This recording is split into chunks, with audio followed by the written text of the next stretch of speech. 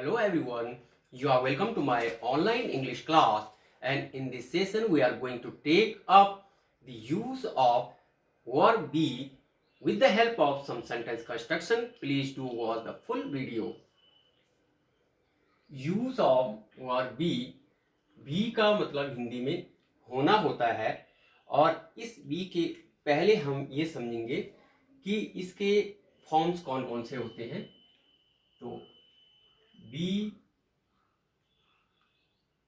के जो फॉर्म्स हैं is,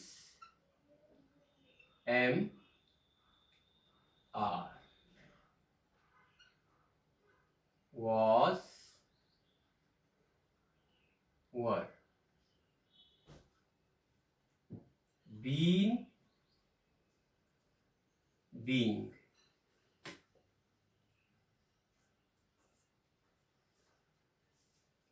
is, am, are, was, were, been, being।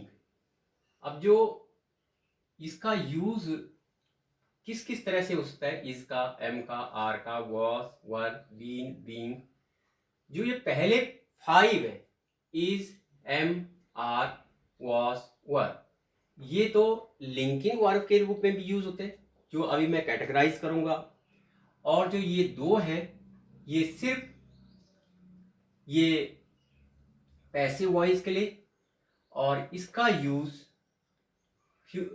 Perfect continuous, present perfect, past perfect continuous, present perfect continuous और future perfect continuous में इसका use, और passive voice में भी इसका यूज होता है। सिर्फ ये 5 फॉर्म्स हैं जिनका use as a full verb या लिंकिंग वर्ब के रूप में भी होता है, ऑक्सिलरी वर्ब के रूप में भी होता है, और क्वेश्चन टैग के रूप में भी, और पैसिव वॉइस बनाने में भी हेल्पफुल होती है। तो ये फर्स्ट है इज, एम, इसका जो पास्ट होगा वो होगा was, और आर का जो पास्ट होगा वो होगा were। हम जानते इसका मतलब हिंदी में है, एक वचन के लिए, सिंगल के लिए। एम हमेशा, एम किसके साथ आता है हमेशा, मैं के साथ, मतलब आई के साथ एम का यूज होता है हमेशा, वो भी प्रेजेंट में। और पास्ट की बात करें तो इन दोनों की जगह पर हम वाज का प्रयोग करते हैं। आर का प्लूरल में, बहुवचन के रूप में, जैसे दे, बहुत सारे बॉयज, गर्ल्स, पीपल, इस तरह से उसके साथ प्रेजेंट में आर का और पास्ट में वर का यूज होगा। पहले इसको हम इधर कैटेगराइज करेंगे। यूज ऑफ बी, इसके जो फॉर्म्स होंगे, बी फॉर्म्स,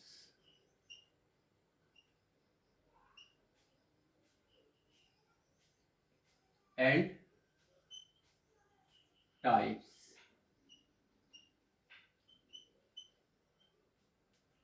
ये फॉर्म्स तो मैंने बता दी, इसका किस तरह से यूज होता है ये अभी सेंटेंस में क्लियर करेंगे। और जो बी के जो यूज करने के जो तरीके हैं, वो हम फर्स्ट इसका use as linking verb, linking verb के रूप में। सेकंड, इसका यूज ऑक्सिलरी के रूप में।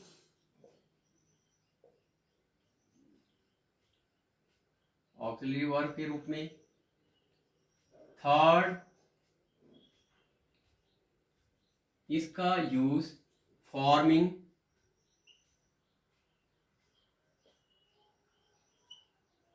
Passive voice. And fourth one is forming question tag, question tag. First we take as linking verb. Linking verb में जो फर्स्ट टाइप है इसका, ये सेकंड है, third one and fourth. Linking verb में is, am, are, was, were की हम बात करें सिर्फ 5 की।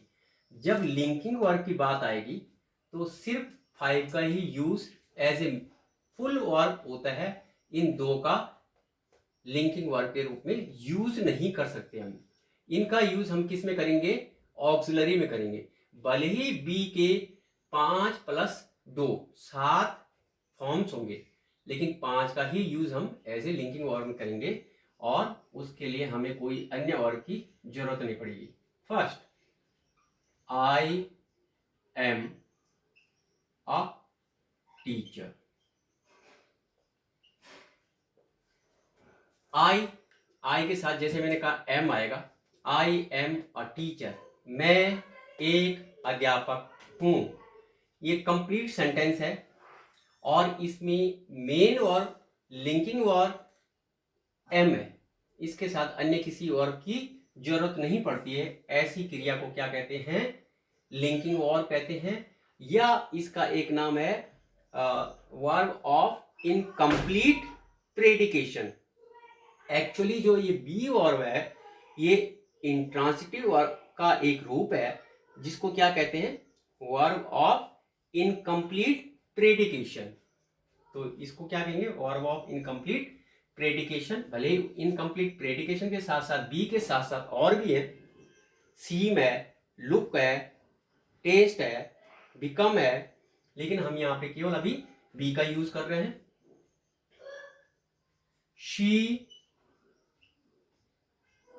Is a doctor.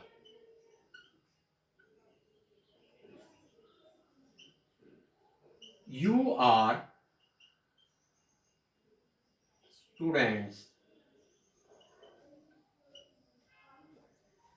She, he, she, it singular के साथ इज आएगा।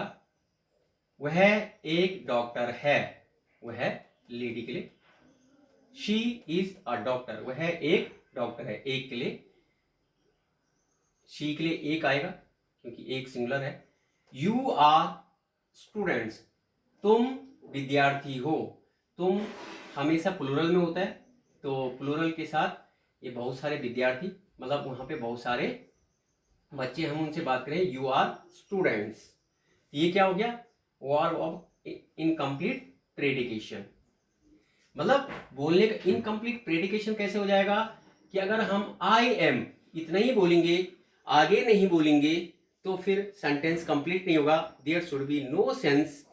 हमें उस सेंस को कंप्लीट करने के लिए कुछ ना कुछ बोलना पड़े। आई am a farmer, I am an engineer, कुछ ना कुछ बोलना पड़ेगा। आई एम अ टीचर, मैं एक अध्यापक हूं।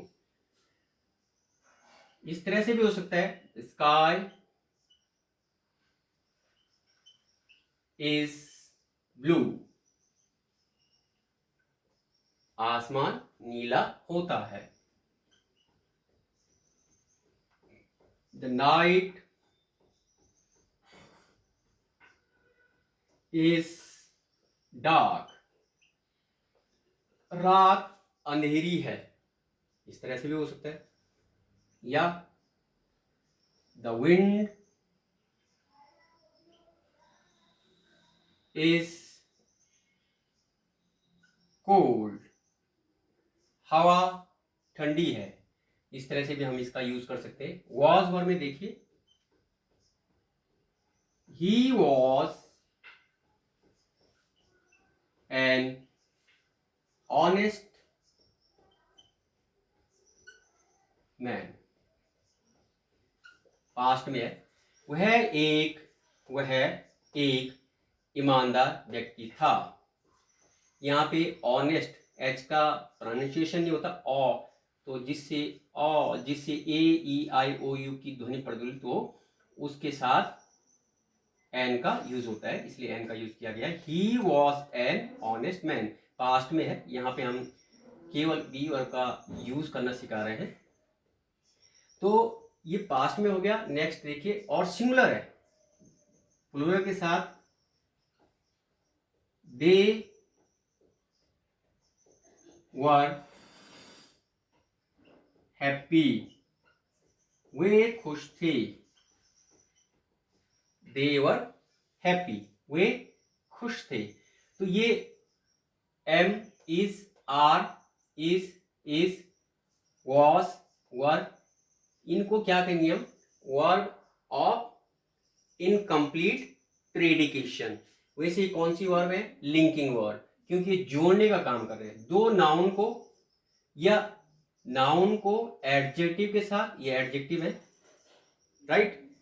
कभी कभी ये एडवर्ब के साथ भी जुड़ सकते हैं, जैसे the class is over. Class समाप्त हो गई है। ओवर यहाँ पे एडवर्ब है और क्लास नाउन है। इन दोनों को जोड़ने का काम किसने किया? इज ने। तो ये क्या हो गया? लिंकिंग वर्ब हो गया, जोड़ने वाली। तो या ये कभी नाउन को नाउन से, नाउन को एडजेक्टिव से, नाउन को एडवर्ब से, नाउन को और जो एडजेक्टिव से भी जोड़ सकते और क्लॉज से भी जोड़ सकते। Suppose your behaviour is as I expected.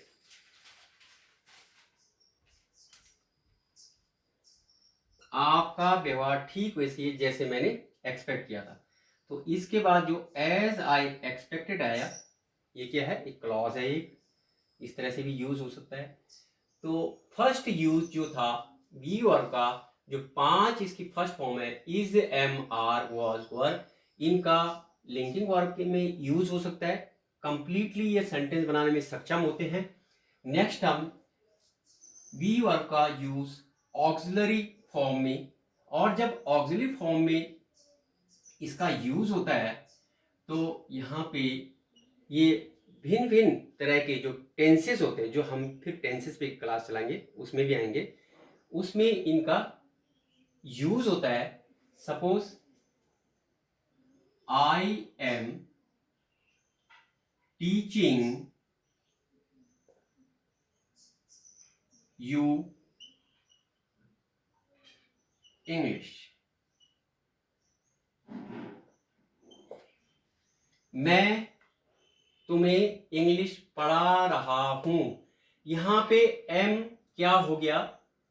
M भले ही वही एम है, लेकिन यहां पे इसका यूज के अनुसार इसको ऑक्सिलरी वर्ब का के फॉर्म्स में रखेंगे, न कि लिंकिंग वर्ब के। यहां पे ये मेन वर्ब थी, लिंकिंग वर्ब थी, दो नाउन को, एडजेक्टिव को या एडवर्ब को ये लिंक कर रही थी, कनेक्ट कर रही थी, इसलिए इसको लिंकिंग वर्ब कहा गया। और इसी एम को यहाँ पे ऑक्सिलरी से कहा गया। ऑक्सिलरी मतलब असिस्टेंट, हेल्पिंग, हेल्पिंग वर्ब है। ये हेल्प किस वर्ब की कर रही है? मेन वर्ब की। मेन कौन सी है? टीच। टीच में पढ़ाने का कार्य हो रहा है, ये वर्ब है teaching. I am teaching you English, मैं आपको इंग्लिश पढ़ा रहा हूं। मैं तुम्हें इंग्लिश पढ़ा रहा हूं। इंग से मतलब होता है रहा, रही, रही। They are doing their work, वे अपना कार्य कर रहे हैं। ये आर क्या है? यहाँ पे ऑक्सिलरी है, क्योंकि डूइंग जो मेन वर्ब यहाँ पे कौन सी है? डू है। डू पे आईएनजी से लगेगा कॉन्टिन्यूअस टेंस बनाने के लिए, और फिर उससे पहले इज एम आर लगेगा कॉन्टिन्यूअस फॉर्म को कंप्लीट करने के लिए। वे अपना कार्य कर रहे हैं। ही इज लर्निंग टेबल्स, वह टेबल्स, पहाड़े याद कर रहा है। यहां पे इज फिर क्या हो गया? ऑक्सिलरी या हेल्पिंग वर्ब हो गई, जबकि यहां पे इज क्या है, लिंकिंग वर्ब है। नेक्स्ट, ही वॉज राइटिंग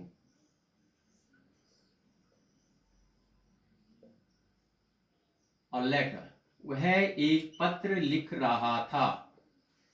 तो यहाँ पे वॉज फिर ऑक्सिलरी वर्ब है, क्योंकि राइटिंग की हेल्प करने के लिए ये वर्ब लगाई गई है, और पास्ट टेंस में इसका यूज होता है था, थी के लिए। वह एक पत्र लिख रहा था, ये लिख रही थी, शी हो जाएगा, तो she was writing a letter. इस तरह से प्लूरल में पास्ट का, the people were going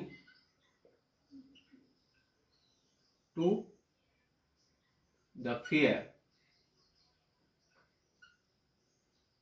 FAIR, fair. लोग मेले जा रहे थे, FAIR। बहुत सारे हैं, बहुवचन है। लोग, हम जब ज्यादा व्यक्ति होंगे तभी लोग कहेंगे, बहुत सारों के साथ। और पास्ट टेंस में वर आएगा वॉज की जगह पर, लोग मेले जा रहे थे। इस तरह से सेंटेंस होंगे। अब इसमें ये जो बीन है, इसमें आएगा परफेक्ट कॉन्टेक्स्ट टेंस बनाने के लिए, जैसे I have been waiting for you for 2 hours। मैं आपका इंतजार 2 घंटे से कर रहा था। तो इसमें ये बीइंग का यूज होगा, किसमें, प्रेजेंट परफेक्ट कॉन्टेक्स्ट टेंस में, पास्ट परफेक्ट कॉन्टेक्स्ट टेंस में, और फ्यूचर परफेक्ट कॉन्टेक्स्ट टेंस में। इस तरह से इसका यूज होगा। जो बीइंग है, बीइंग का यूज भी हम इसमें ऑक्सिलरी वर्ब के रूप में इसका यूज तो नहीं कर सकते, लेकिन इसका यूज हम इसी में, क्योंकि ये इसके लिए अलग से कहीं है नहीं, बीइंग का यूज हम एक तो यहाँ पे सेंटेंस को कनेक्ट करने के लिए, एक फ्रेज और क्लॉज को इकट्ठा करने के लिए, और एक इधर भी, हाँ, एक रूप ये है पैसिव वॉइस में इसका यूज कर सकते हैं हम, जब पैसिव वॉइस का कॉन्टिन्यूअस फॉर्म यूज कर रहे होंगे। यहां पे हम केवल वही सेंटेंस यूज करेंगे जो पैसिव वॉइस का नहीं है। B it being Sunday, the market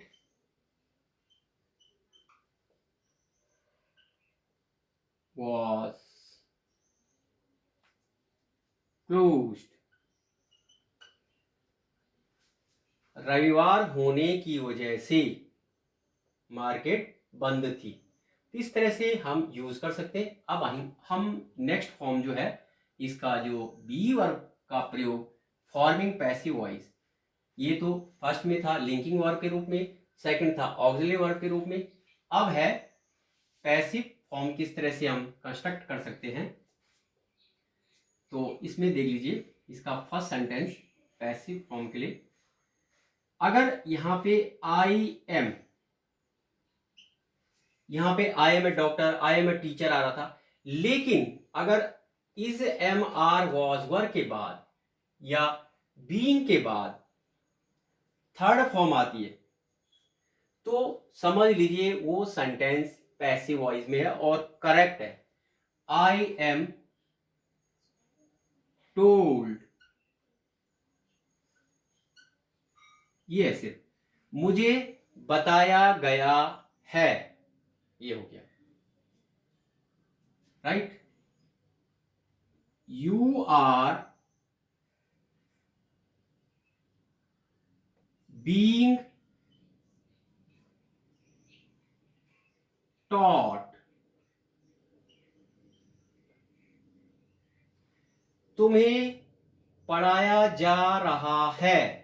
ये भी क्या है, पैसिव वॉइस, क्योंकि इस एम आर के बाद मैंने कहा थर्ड फॉर्म आएगी। उससे पहले ये बीइंग, अभी जो मैंने कहा था, एक तो बीइंग यहाँ as a group of words में यूज हुआ, और इसमें पैसिव वॉइस में बीइंग का यूज कॉन्टिन्यूअस टेंस को शो करने के लिए किया जाता है। जैसे यू आर बीइंग टॉट, तुम्हें पढ़ाया जा रहा है किसी के द्वारा, by the teacher, by the tutor, by your brother, जो भी है।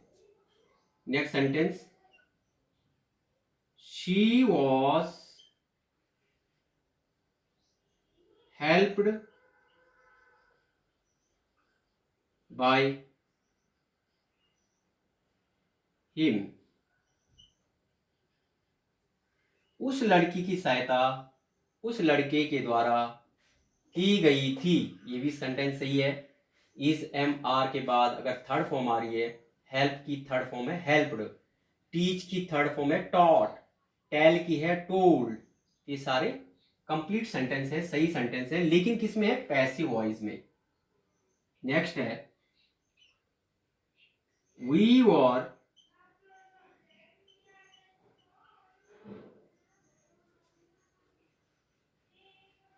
bought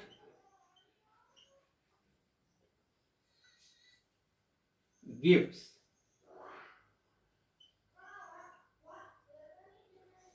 हमें उपहार खरीदे गए थे, by someone, it is hidden.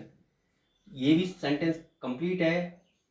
मैंने कहा वॉज, एम, इज, वर के बाद थर्ड फॉर्म आएगी, बाय की थर्ड फॉर्म क्या होती है, बॉट। ये भी कंप्लीट सही है। नेक्स्ट है, क्वेश्चन टैग के रूप में हम किस तरह से हम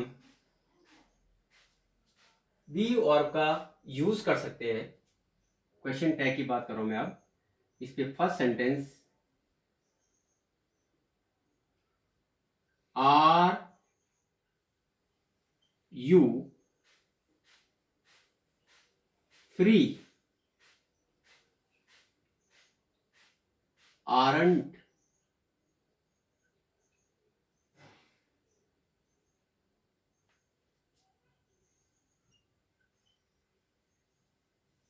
पहले मैंने कहा क्या आप फ्री हो, क्या आप फ्री हो, क्या आप नहीं हो, फ्री नहीं हो। मतलब इसको इस तरह से स्पीकर जो बोलने वाला है दोबारा इसको, अगर ये पॉजिटिव में है, ये स्टेटमेंट पॉजिटिव में है, इसका जो दूसरा टैग होगा, जो टैग वाला क्लॉज होगा, वो हमेशा नेगेटिव में होगा। Are you free, aren't you, क्या आप फ्री हो, क्या आप नहीं हो। तो एक्सपेक्ट क्या किया जाता है कि जिससे मैं बात कर रहा हूं बोले no no I am free.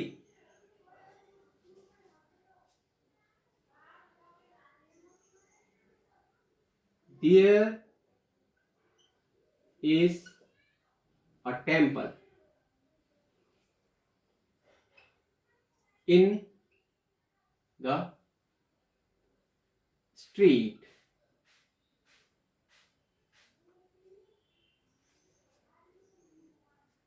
गली में मंदिर है, कॉमा, उसके बाद इज नॉट देयर, इतने ही काफी। गली में मंदिर है, क्या नहीं है, इस तरह से। शी इज नॉट हैप्पी,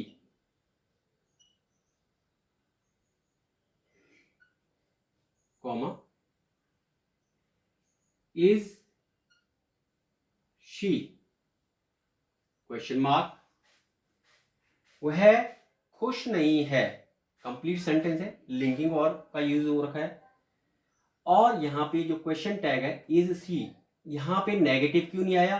क्योंकि जो फर्स्ट क्लॉज है, जो सेंटेंस फर्स्ट जो अगर नेगेटिव में होगा, इसका ठीक उल्टा क्वेश्चन टैग में बनेगा। मतलब ये नेगेटिव में तो ये पॉजिटिव में होगा, ये पॉजिटिव में है ये नेगेटिव में बनेगा, ये पॉजिटिव में है तो नेगेटिव में बनेगा। इस तरह से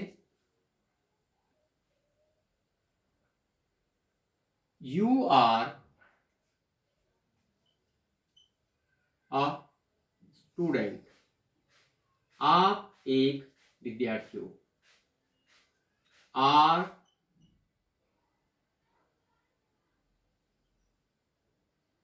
आरंट यू, आप एक विद्यार्थी हो। Are not you. फर्स्ट क्या है, फर्स्ट पोर्शन क्या है सेंटेंस का? पॉजिटिव में, तो क्वेश्चन टैग किस में होगा? नेगेटिव में। और स्पीकर क्या चाहता है?